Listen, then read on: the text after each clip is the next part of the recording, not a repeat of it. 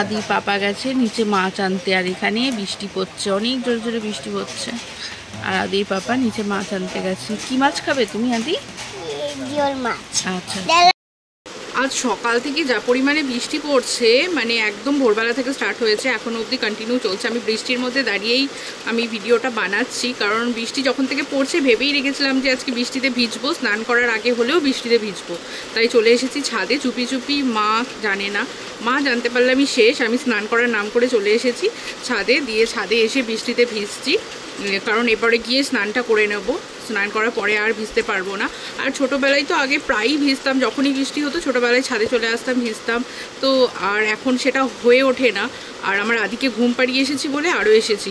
ও থাকলে কোনো কিছু হবে না, ও থাকলে ও আমার সাথে ভিজতো, ওই জন্য ওকে আগে ঘুম পাড়িয়ে দিয়েছি, তারপর ছাদে এসেছি ভিজতে। ওয়েদারটা আজকে খুবই সুন্দর, সেই সকাল থেকে বৃষ্টি পড়ছে।